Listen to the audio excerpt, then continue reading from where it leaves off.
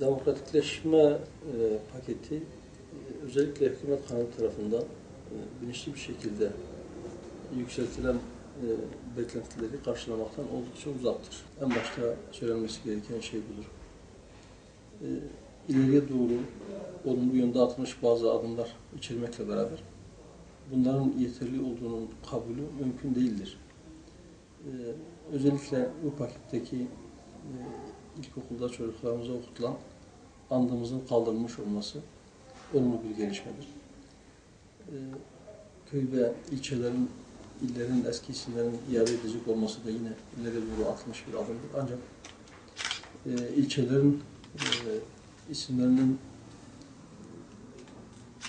ve köylerin isimlerinin değiştirme prosedürüyle ilgili olarak itiraz ettiğimiz, uygun görmediğimiz, hoş görmediğimiz bazı noktalarda vardır. Köy isimlerinin değiştirilmesinin İçişleri Bakanlığı'nın tasvibine bırakılmış olması bize göre bir eksikliktir. Seçim barajının %5'e düşürülmesi veya dar bölge seçim sisteminin uygulanmasıyla birlikte barajın sıfıra indirilmesi de konuşulmaktadır. Bunlar belki uzun uzadıya tartışılması gereken meselelerdir.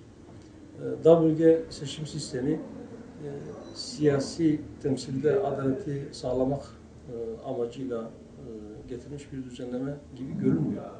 Daha çok hükümetin eğer ben oyumu artıramazsam da milletvekili sayısını nasıl koruyabilirim veya nasıl artırabilirim hesabına girdiği görülmektedir bize göre. Basit siyasi hesaplarla, seçim sistemleriyle daha önce de Türkiye'de oynanmıştı. Yönetimde istikrar diyorlar. Evet, doğru. Yönetimde istikrar memleket için belki gereklidir ama ondan daha önemli bir şey vardır. Temsilde adaletin sağlanmış olması. Mevcut halde de hükümetin seçenek olarak sunduğu diğer iki halde de temsilde adalet, yönetimde istikrara feda edilmektedir. Hazine yardımı için partilerin %3 oranında oy alması şartı muhakkak şu anda yürürlükte olan %7 oy alma şartına göre daha iyi bir düzenlemedir. Ancak bu da tek başına adaleti sağlamak için yeterli değildir.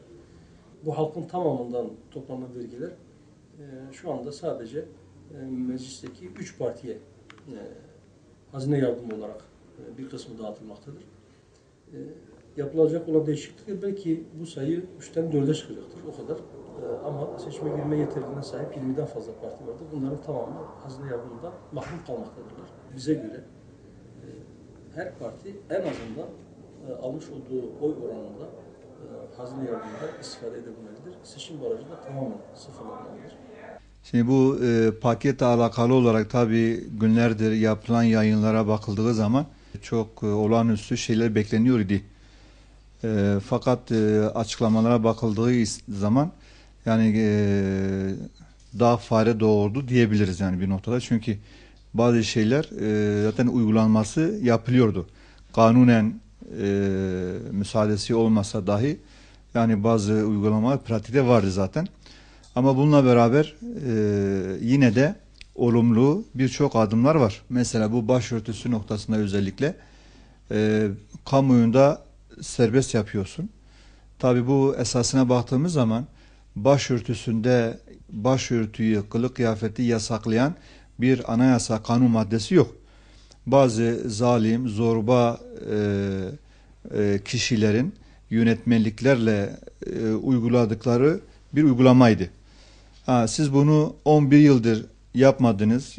Yaptıktan sonra bugün de yaparsanız bile yaptınız. Bari herhangi bir sınırlama getirmeyin. Mor Gabriel arazisinin iadesi konusunda da yine ve ondan önceki paketlerde yapılan neydi? İşte Türkiye'deki azınlık vakıf ve kiliselerin mevcut olan arazilerinin iadesi konusunda bazı adımlar atılmıştı.